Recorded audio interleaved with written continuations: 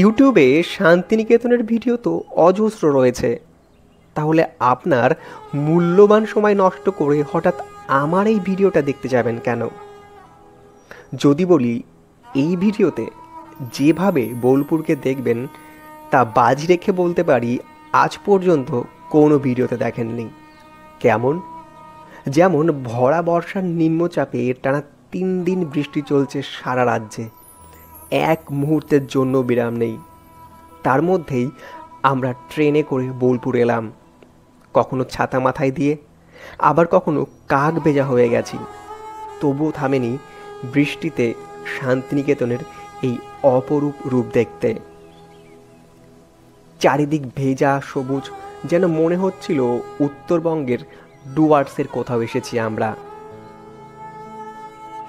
আর এসবের সঙ্গেই থাকবে বোলপুরে সরকারি ইউথ হোস্টেলে মাত্র 700 টাকার বিনিময়ে থাকার অভিজ্ঞতা, সেরা সেরা কিছু দর্শনের স্থান ঘুরে দেখা,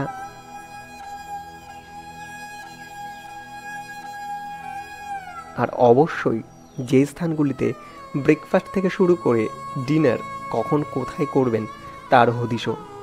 তাহলে চলুন আজ একটি পর্বে নতুনভাবে বোলপুরকে ঘুরে দেখি।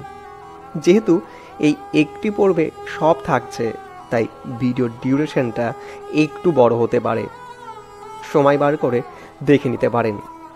আর আপনি যদি প্রথমবার আমার ভিডিও দেখেন, তবে অনুরোধ থাকবে ভালো লাগলে সাবস্ক্রাইব করে নিতে পারেন, কারণ নিয়মিত আমি ভ্রমণমূলক ভিডিও দিয়ে থাকি এই চ্যানেলে।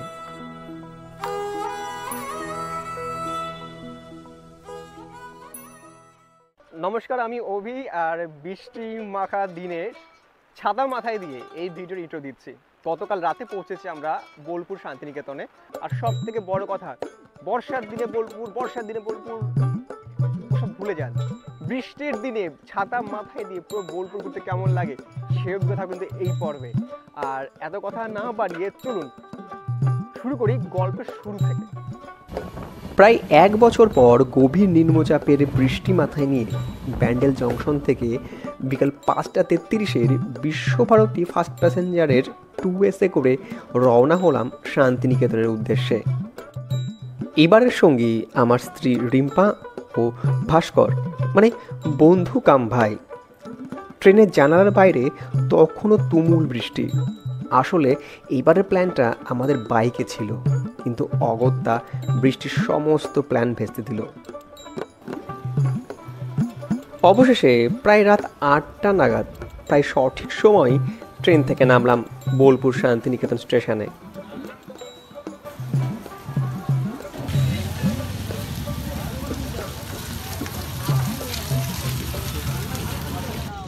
বাইরে বিভৎস বৃষ্টি, আর তার মাঝখানটাতে আমরা এই মুহূর্তে বোলপুর নেমে গেছি।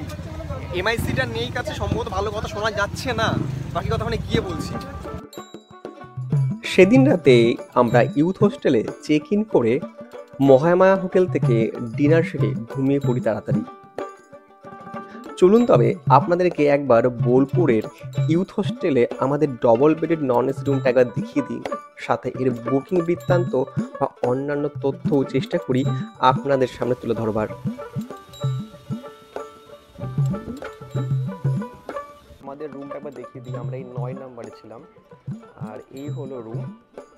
এখানটাতে দুটো সিঙ্গেল বেড জুড়ে ডবল বেড হয়েছে, আর এইখানটাতে রয়েছে একটা চেয়ারটা বেশ ভালো। এখানে রয়েছে ছোট্ট একটা টি টেবিল মতন। টিভি ছিল, জানি না টিভি কাজ করছে কিনা, মানে চালাইনি, আমার প্রয়োজন পড়েনি। এখানে একটা মসকিটোর জন্য অয়েল রয়েছে, পর্যাপ্ত অয়েল রয়েছে, আমরা ইউজ করিনি। এখানে জামা কাপড় রাখার জন্য ব্যবস্থা রয়েছে। এখানে একটা টিউব রয়েছে, ওখানে লাইট রয়েছে, একটা টিউব রয়েছে, আলো ঠিকঠাক কাজ করেছে। একটা সিলিং ফ্যান আছে, ঠিকঠাক কাজ করেছে। এখানে একটা স্ট্যান্ড ফ্যান আছে, এটাও ঠিকঠাক। আর আলমারিটা আমরা ইউজ করি, বাট এটা ভাঙা, জানি না এটা কোনো গেস্টরাও ভাঙতে পারে। মানে আমাদের কাজই তো আসা আর অপচয় করা, নষ্ট করা, এই হচ্ছে আমাদের কাজ। এখানে আরেকটা চেয়ার ছিল, এই কম্বলটা আমরা ইউজ করিনি। আর এখানটাই একটা বেসিন আছে, আর এখানে একটা আয়না রয়েছে। আর এটা হচ্ছে ওয়াশরুমটা, আমরা দেখিয়ে দিই। এই হলো ওয়াশরুমটা, মোটামুটি ক্লিয়ার। কোমোড রয়েছে, গিজার কাজ করেছে, শাওয়ার কাজ করেছে, বালতি মগ রয়েছে। সব থেকে যে বিষয়টা ভালো লাগছে সেটা হচ্ছে, দেখুন এই হলো আমাদের ঘর, আর এই মানে ঘরের থেকে বেরিয়েই এই দিকটা হচ্ছে ব্যালকনি। পুরো ব্যালকনিটা ভেজা ভেজা, দেখুন বৃষ্টি হচ্ছে। আর যে দেখা সেটা হচ্ছে এই সামনের যে আকাশটা, পুরোটা বৃষ্টি, মানে সব সময় বৃষ্টি হচ্ছে, এর কোনো বর্ণনা নেই।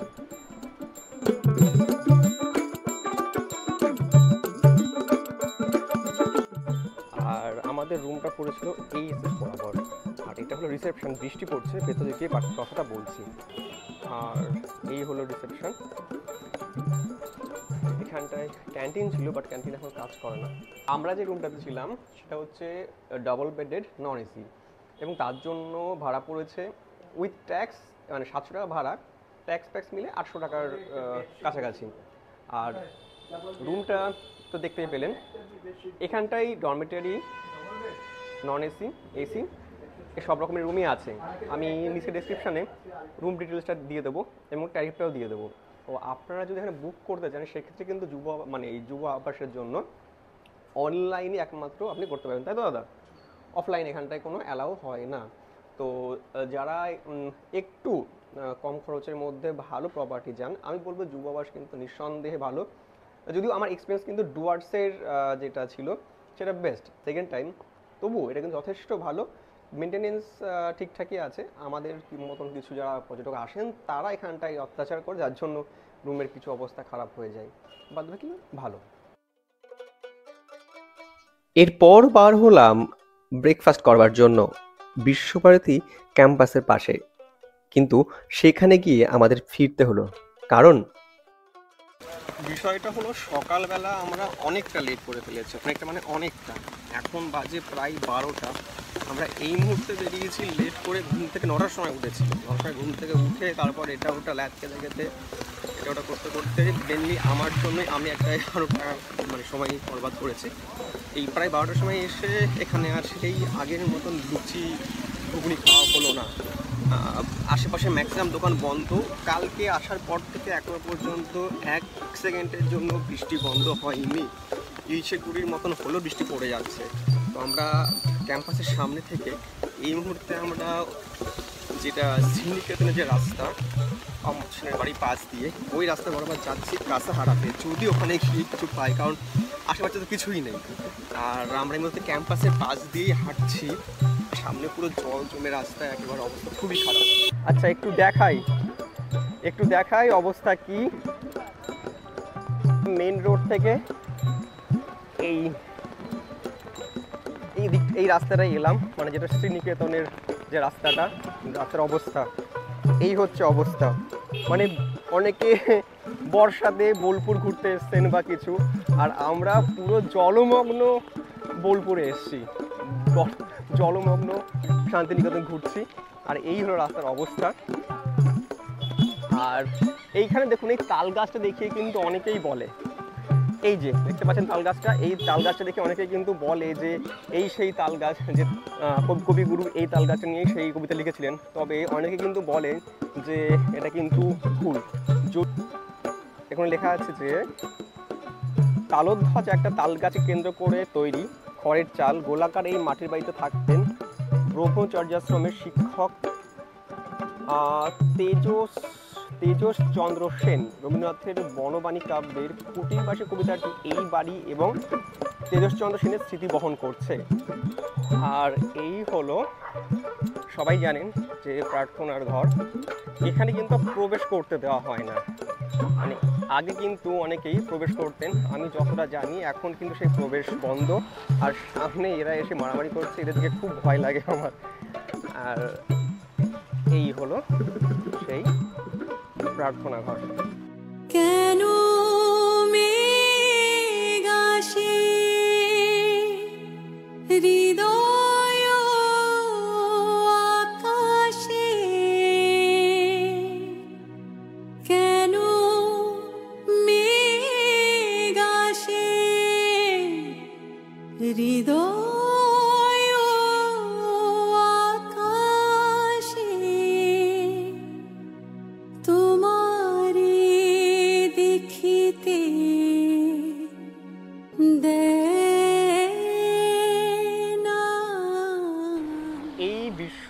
বিশ্বভারতীর এই যে রাস্তাটা, এই রাস্তাটা কিন্তু পুরোপুরি থাকে লোকারণ্য এক প্রকার। আজ কিন্তু ছাতা মাথায় দিয়ে আমাদের মতন গুটি কয়েক মানুষই এখানে এসেছেন।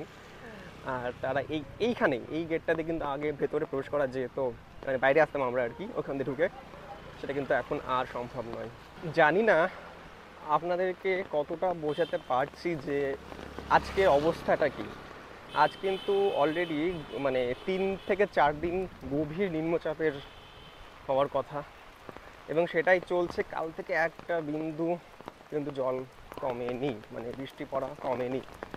আর তার মাঝখান দিয়ে এই বোলপুর মেঘ আসে হৃদয় আকাশে, কেন মেঘ আসে হৃদয় আকাশে, তোমারে দেখিতে দেয় না মোহ মেঘে, তোমারে দেখিতে দেয় না মোহ মেঘে, তোমারে অন্ধ করে রাখে, তোমারে দেখিতে দেয়। এই হলো সেই দৈরাবড়ি।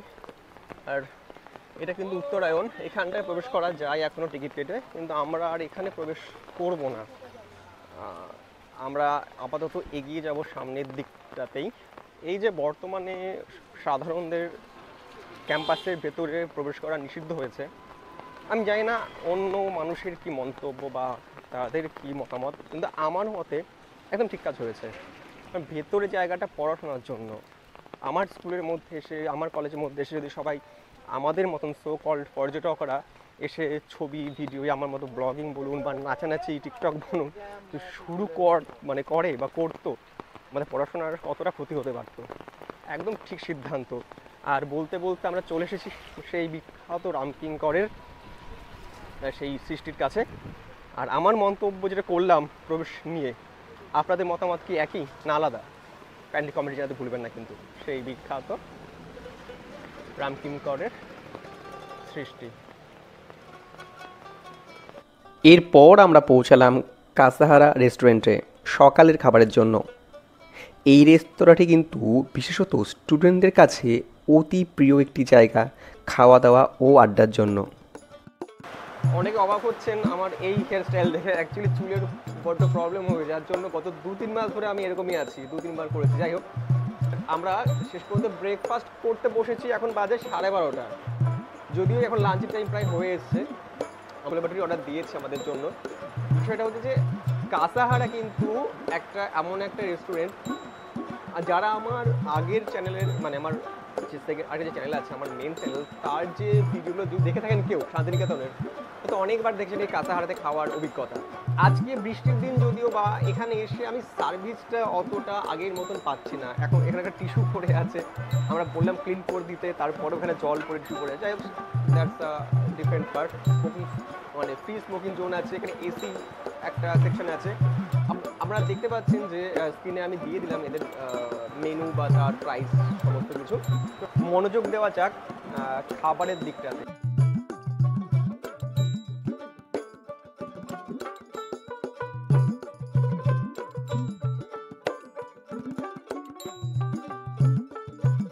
Oily but tasty. খাওয়া দাওয়া শেষে আবারও বৃষ্টি মাথায় নিয়েই রওনা হলাম সাইট সিনের জন্য। আর এই মুহূর্তে আমরা চলে এসেছি অমর্ত্য সেনের বাড়ি, প্রতীচি। সম্ভবত উনি এখানে থাকেন না স্বাভাবিকভাবেই। আর এইটা কিন্তু অন্যতম আমাদের বলা চলে বাঙালির গর্ব। সে এক মত থাকতেই পারে, কেউ পছন্দ করেন ওনাকে, সে করেন না। এখন লেখা আছে এটি সেন, আমি জানি না কতটা বোঝা যাচ্ছে। এটি সেন, অমর্ত্য সেনের বাড়ি।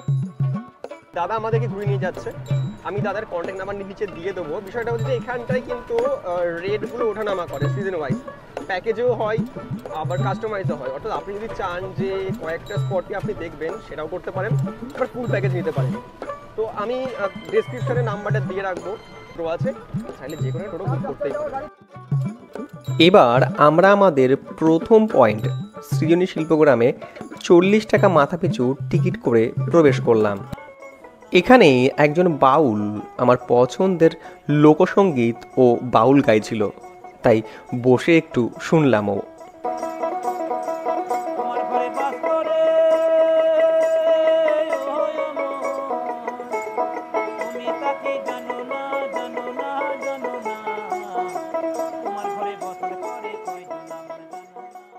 ধরতে পারলে মন বেরি, ধরতে পারলে মন বেরি দিতাম, আমি দিতাম পাখির পায়।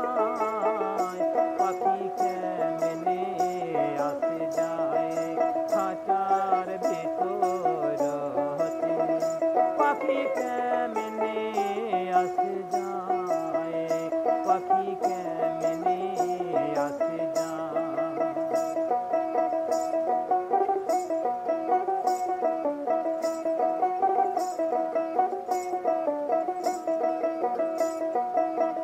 আট কুঠুরি নয় দরজা আটা, মাঝে মাঝে ঝলে কাটা। আট কুঠুরি নয় দরজা আটা, মাঝে মাঝে ঝলে কাটা।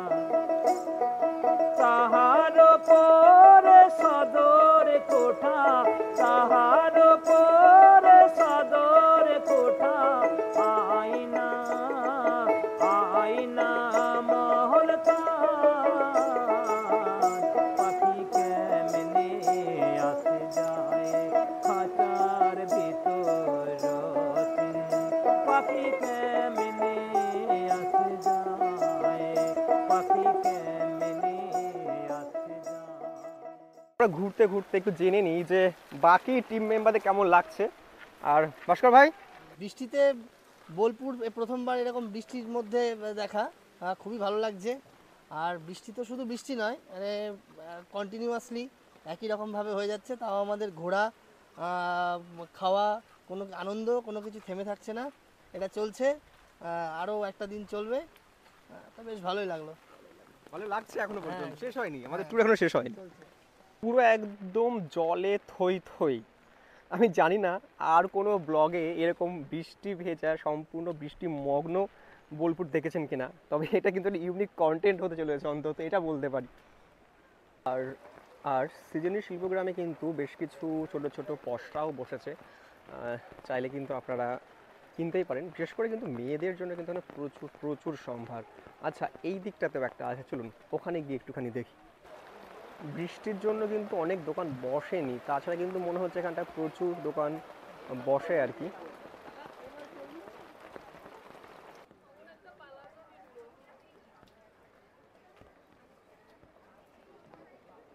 এটা কিন্তু আমাকে নজরে পড়লো আমার, দেখুন প্রত্যেকটা এখানটা কিন্তু ফেলে দেওয়া, মানে মেটাল দিয়ে এটা তৈরি মা দুর্গার মূর্তি। অসাধারণ অসাধারণ একটা সৃষ্টি। শিল্পগ্রামে এসে ডিজাস্টার। পড়ো পড়ো চটি পড়ো, পুরো পা আটকে গেছে রিম্পার। পড়ো পড়ো পড়ো, সাবধানে সাবধানে।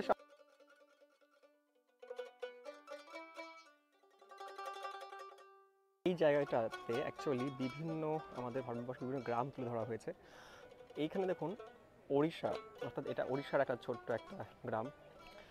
এই দিকটাতে রয়েছে পশ্চিমবঙ্গের আকারে আমাদের আদলে যে গ্রামের চিত্র সেটি। এটা হচ্ছে সিকিমের আদলে গ্রামের চিত্র। আর এইখানটায় রয়েছে বিহার, ছোট্ট এক খণ্ড বিহার। সামনে আরও এরকম কিন্তু অজস্র অজস্র ভারতবর্ষের বিভিন্ন আমাদের যে রাজ্য, তাদের যে সমস্ত কালচার সেটাকে তুলে ধরা হয়েছে খুব সুন্দরভাবে এবং নিপুণভাবে। এবার আমরা রওনা হলাম এমন একটি স্থানে যেখানে কিন্তু তুলনামূলক ট্যুরিস্টরা কম আসে। কোথায় আন্দাজ করতে পারছেন? চলুন একবার গিয়েই দেখি।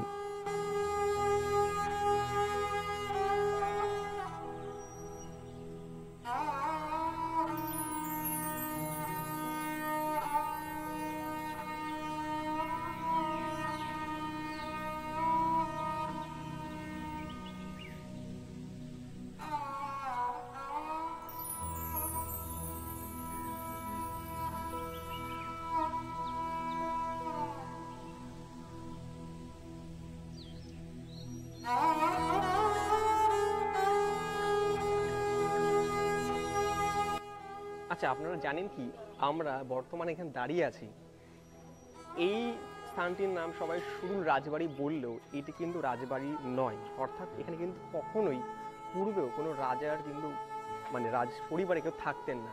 এটা প্রধানত এখানে নাট মন্দির এবং এটি হলো মানে দুর্গা দালান। অর্থাৎ এখানে শুধুমাত্র পুজো অর্চনার জন্যই, বিশেষত দুর্গা পুজোর জন্য এটা তৈরি।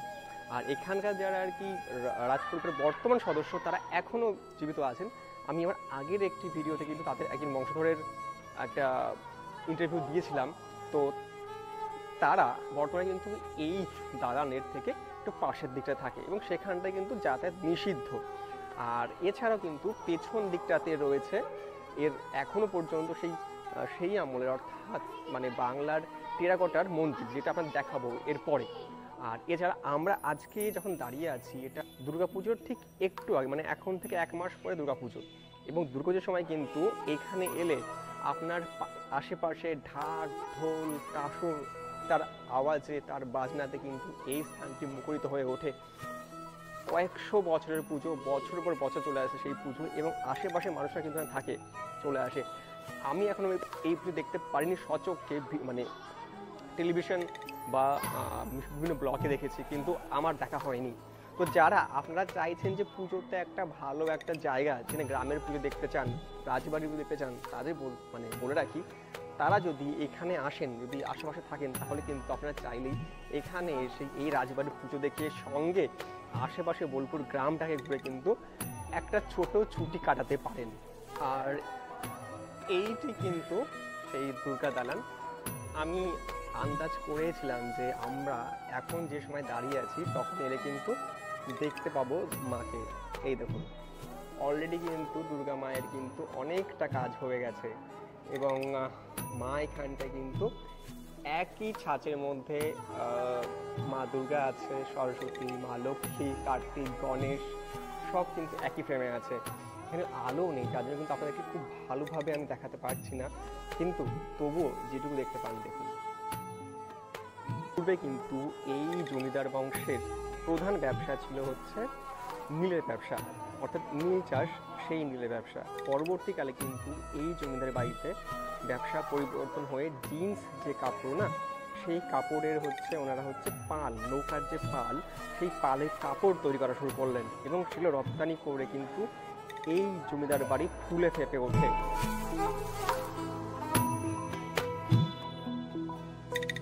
আর এর পেছন দিকটাতে এলে কিন্তু রয়েছে পুরনো সেই আমলের কিন্তু টেরাকোটার মন্দির, যেটা বর্তমানে একটু সংস্কার কাজ করা হয়েছে।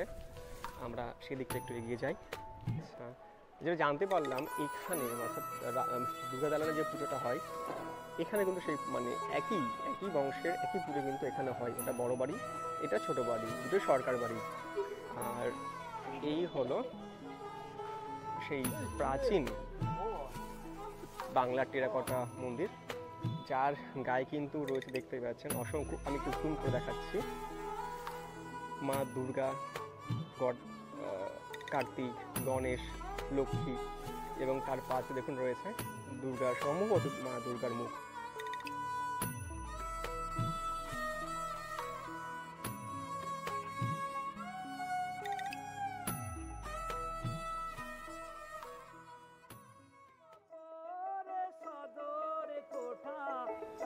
এরপর আমরা রওনা হলাম বুদ্ধ মূর্তির দিকে। আর যাবার বেলায় বৃষ্টি আরও বাড়ল। এত বৃষ্টির মধ্যেও মনে একটা শান্তি ছিল, কারণ চারিদিকে সবুজ আর সবুজ, যেন আমরা ডুয়ার্সের কোনো রাস্তা দিয়ে চলেছি।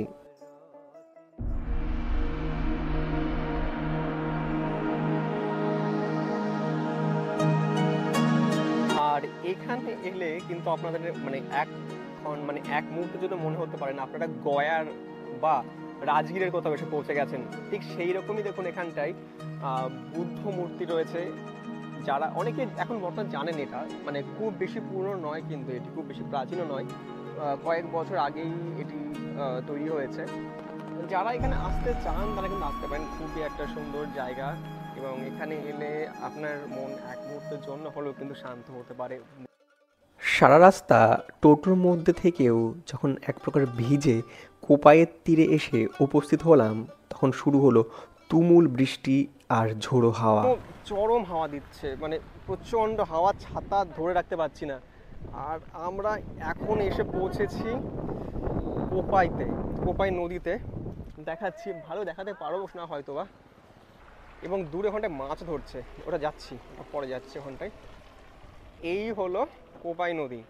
যারা এখানে এসেছেন তারা জানেন যে এখানকার অবস্থা কি থাকে, মানে প্রায় পারলে তো ভেতরে মানে হেঁটে নেমে যাওয়া যায়, হাঁটা যায়, এমন অবস্থা হয়। কিন্তু এখন বর্তমানে কিন্তু কোথায় জল, ছাতা দেখুন অবস্থা।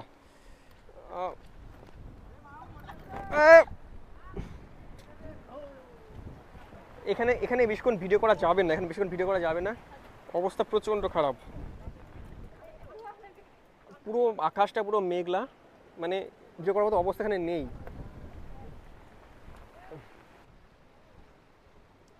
গরুরা পর্যন্ত দৌড়াচ্ছে, মানে ওরা পশু, ওরা কিন্তু বুঝতে পারছে যে আবহাওয়ার অবস্থা খুব একটা ভালো নয়।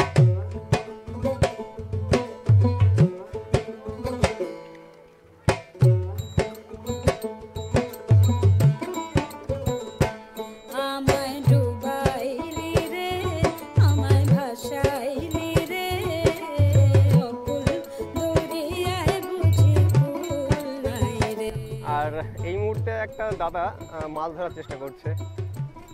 কিছু উঠেছে এখনো, শামুক উঠেছে। আচ্ছা, আহা দৃশ্যটা কিন্তু অপূর্ব। যারা দেখবেন তারা চোখে শান্তি পাবেন, কিন্তু করতে কি হচ্ছে আমাদের সেটা আমরা বুঝতে পারছি, তো আন্দাজও করতে পারছেন।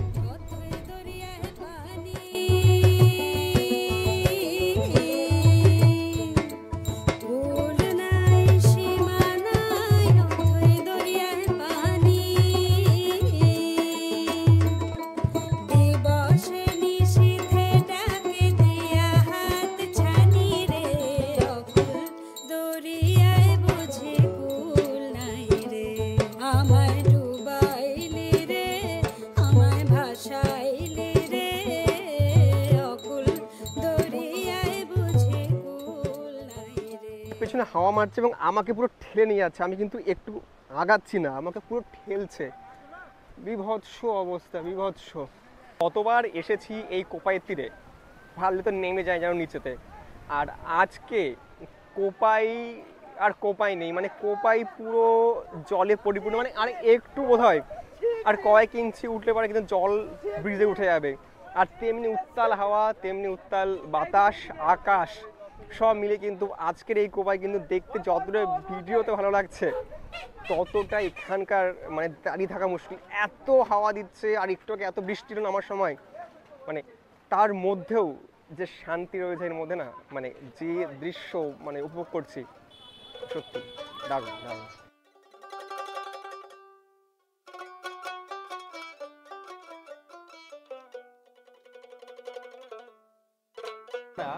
এই সোনাঝুরি হাটের ভেতর যে রামশ্যাম যে রেস্টুরেন্টটা আছে, আমরা সেখানে এসেছি, প্রথমবার আমি এখানে ট্রাই করছি।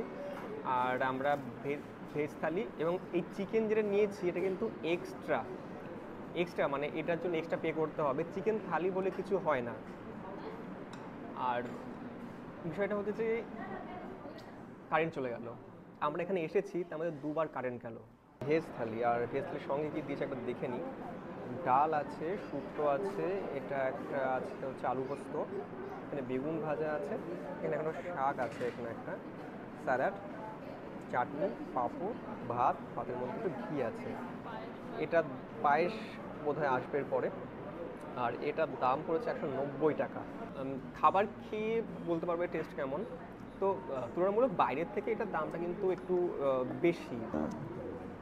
খাবারের কোয়ালিটি যথেষ্ট ভালো, টেস্ট, কোয়ান্টিটি, ভ্যারাইটি সবই যথেষ্ট ভালো। আমরা রামশ্যাম থেকে বেরিয়েই চলে এসেছি এই মুহূর্তে হাটে। আর এখন কিন্তু বৃষ্টি নেই আকাশে, হঠাৎ করে আসতে পারে, মানে ব্যাপারটা অনেকটা দার্জিলিংয়ের মতন হচ্ছে।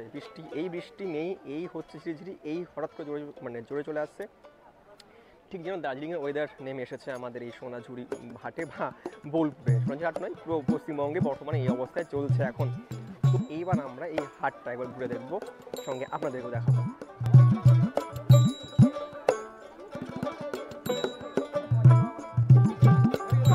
পুরোটা কিন্তু কাদায় ভরে গেছে, তা সত্ত্বেও কিন্তু মানে একটু যখন আসলাম আমরা এখানটা, যখন আসছিলাম তখন দেখলাম যে পুরো এখানটায় বৃষ্টি পড়ছে, এটা মানে পুরো তাঁবু দিয়ে ঢাকা। যেহেতু এখন বৃষ্টিটা নেই বললেই চলে, সেই জন্য এখানটায় এখন আবার সবাই ত্রিপল বা তাঁবু যাগুলো সরিয়ে ফেলেছে, ফেলে এখানটায় বসে গেছে। আর লোকজন আস্তে অনেকটাই কিন্তু এখানে রয়েছে এবং হাট কিন্তু তার ছন্দেই চলছে, দোকানপাট অনেক অনেক কম। হাটে কিন্তু বেসিক্যালি আমার কোনো কাজ ছিল না গিন্নির পেছন পেছন ঘোরা ছাড়া। আমার গিন্নির মতো মানুষ এটা যে কী এত আনন্দ পায় জিনিসপত্র কিনে, আমি তা বুঝি না বাবু। আপনাদেরও কি একই মত? আর হ্যাঁ বলছি, আমি যে এই কথাগুলো আপনাদেরকে বললাম না, এগুলো কিন্তু আর বলে দিয়েন না, তাহলে তো বুঝতেই পারছেন। যদিও আমার জন্য 3টে কুর্তা কিন্তু কিনে দিয়েছিল সেদিন। সন্ধ্যাতে হাট শেষে আবারও বৃষ্টি শুরু হওয়াতে আমরা রামশ্যামে ঢুকে চা পকোড়া খেতে খেতে আড্ডা মারছিলাম, কিন্তু তাতে ঠিক জমছিল না। তারপর রওনা হলাম আমার সেই পুরনো প্রিয় স্থানে। এই মুহূর্তে যেই জায়গাটাতে আমরা যাচ্ছি এটা হলো যেখানে সোনাঝুরির যে হাটে সবাই আসি আমরা, সেই সোনাঝুরি হাট। সন্ধ্যা হয়ে গেছে, জাস্ট আওয়াজটা একটু শুনুন।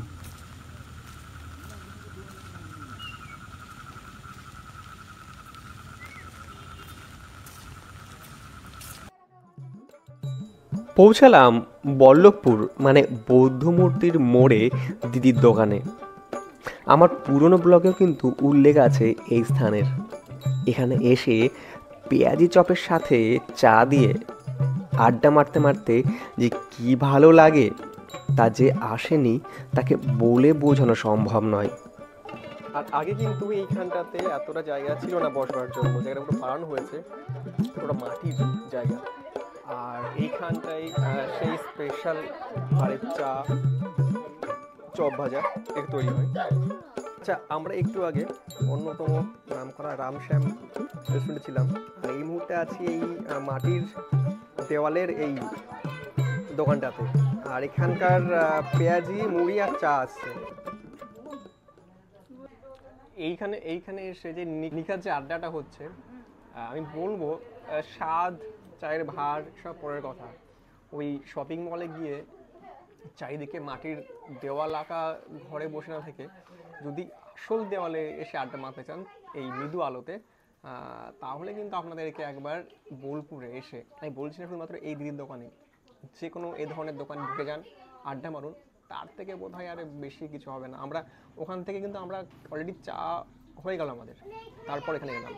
যাই হোক, আরেকটা যেটা ইম্পর্টেন্ট কথা সেটা হচ্ছে আজকের দিনের মতো সম্ভবত আমাদের ঘোরাফেরা, খাওয়া দাওয়া সব শেষ। রাতে ডিনারটা অবশ্যই করবো, পালসে দেখাবো, নাহলে আজকে দিন আমাদের এখানে শেষ হবে।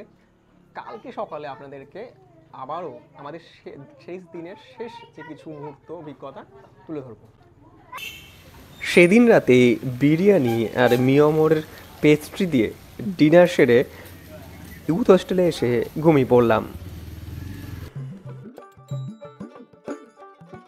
শান্তিনিকেতন থেকে দ্বিতীয় দিনে আপনার সবাইকে স্বাগত। দ্বিতীয় দিন বলতে তৃতীয় দিনই বলা চলে। আর সকালে উঠে আমরা রুম থেকে চেক আউট করে নিয়েছি, আর আবারও সেই বৃষ্টি, মানে খবরে দেখাচ্ছে যে খুবই খারাপ অবস্থা, কালকে পর্যন্ত এই দুর্যোগ চলবে। সম্ভবত কোপাই নদীর ওখানে জল উঠে গেছে, কালকে দেখালাম আপনাদেরকে, জল ছুঁই মানে জল উঠে গেছে, নিউজ যেটা দেখতে পেলাম সম্ভবত, আই এম নট শিওর। আর এই বৃষ্টির মধ্যে আমরা বেরিয়েছি। আজকের দিনটাতে আমার 3:17 ট্রেন, আমরা ইউথ হোস্টেল থেকে চেক আউট করে নিলাম। বৃষ্টির মধ্যে এগোচ্ছি, দেখা যাক। আজকে কোনো প্ল্যান নেই কীভাবে দিনটা কাটানো যায়, তবে আপনারা অবশ্যই সঙ্গে থাকুন। টোটো নিয়ে ক্যাম্পাসের সামনে লুচি ঘুগনি দিয়ে ব্রেকফাস্ট সারতে রওনা হলাম। সত্যি বলতে কি, এত কষ্টের মাঝেও কিন্তু এই বৃষ্টি মাখা বোলপুরকে দেখতে যেন চোখ জুড়িয়ে যাচ্ছিল। আজকে সকালে আবার ক্যাম্পাসের সামনের ওই দোকানটাতে এলাম, বোধহয় আজকে পাবো। এখন সবাই 11টা বাজে, আর এই দেখুন সকালবেলা ক্যাম্পাসের বাইরের রাস্তাটা পুরো একদম অন্ধকার নেমে এসেছে। এই সেই এসবিআই এই কর্নারটা মানে অপরূপ দৃশ্য, বর্ষার একটা মানে বর্ষা শেষের মুখের একটা অপরূপ দৃশ্য। আর তার মধ্যে দেখা যাক আজকে গিয়ে ওখানটায় ব্রেকফাস্ট পাই কিনা, খাচ্ছে দেখছি, আশা করি আজকে আর বেরাবে না, তাই না? এখন টেস্ট কেমন হয়েছে, মানে প্রথম থেকে তো খুবই ভালো ছিল।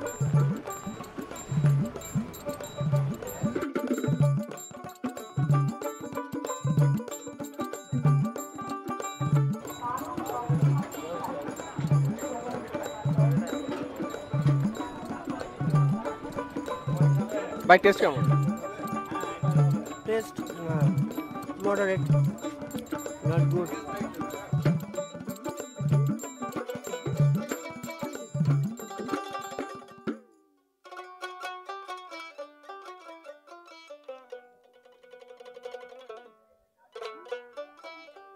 সকালবেলাতে আমরা আবার ব্রেকফাস্ট এসে পৌঁছেছি সেই সোনাঝুরি হাটে। আমাদের আজকে সেভাবে কোথাও ঘুরতে যাওয়ার প্ল্যান নেই। এখানে হাটে কিছুটা মালপত্র কিনবে বা ওরা যাই হোক ওয়াইফ সঙ্গে থাকলে যা হয় আর কি। আর এই যে যেটা দেখতে পাচ্ছেন, যেটা পরে আছি না, এটা এখান থেকে কেনা। কেমন হয়েছে একটু জানাবেন কাইন্ডলি। আমি সচরাচর এখান থেকে প্রচুর জিনিস কিনেছি, কিন্তু সেটা না বাড়ি থেকে ইউজ করা হয়নি, নানা কারণে ও পরেই থাকে বা কাউকে দিয়ে দেওয়া হয়। কিন্তু এইবার এই কোয়ালিটিটা এত ভালো লাগলো, মাত্র 200 টাকাতে এত সুন্দর একটা কুর্তা, কিন্তু সত্যি বাসে বাসে গেলে পরে কুর্তাটাই প্রেফার করি। তো সেই জন্য এটা ছাড়াও আরও দুটো মতন কেনা হয়েছে, যদিও মানে কেনা হয়েছে মানে কি all sponsored by my missus, একটা আমার নয়। তো যাই হোক, এত সস্তাতে ছেলেদের মেয়েদের তো প্রচুর সম্ভার, আর ছেলেদের জন্যও বেশ এবার দেখলাম কালেকশন খুব খুব ভালো।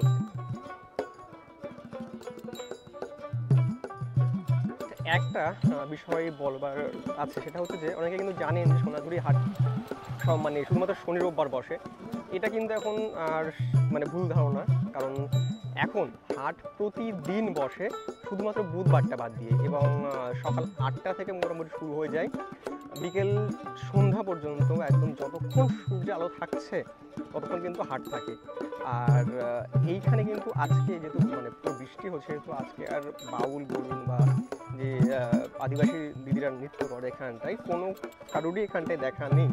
কালকে বাউল দেখেছিলাম একবার ওই সিলে শিল্পগ্রামে, সেখানেই একটু বাউল গান শুনেছি, আর এখানে এসে কিন্তু একবারও সেই দেখা পাওয়া যায়নি। আজকেও বৃষ্টি চলছে, আজ টানা 3 দিন এক ফোঁটা বৃষ্টি কমেনি বললেই চলে, ফোঁটা পড়ে যাচ্ছে। আর খোয়াই হাট কিন্তু মানে খোয়াই হাটের যে সেই ভিড়, সেটা কিন্তু আর আজকে আর চোখে পড়ছে না, এবং সেটাও খুব স্বাভাবিক। কালকের থেকেও একটু মনে হয় ম্লান, বিকেল দিকে বাড়লেও বাড়তে পারে। আজকে সবাই বাড়ি ফেরার পালা ম্যাক্সিমামই, আজ রোববার তো কাল পেরিয়ে গেছে। এদিকে মাটির ভারে দই খাওয়াবেন, আপনি খাওয়াবেন।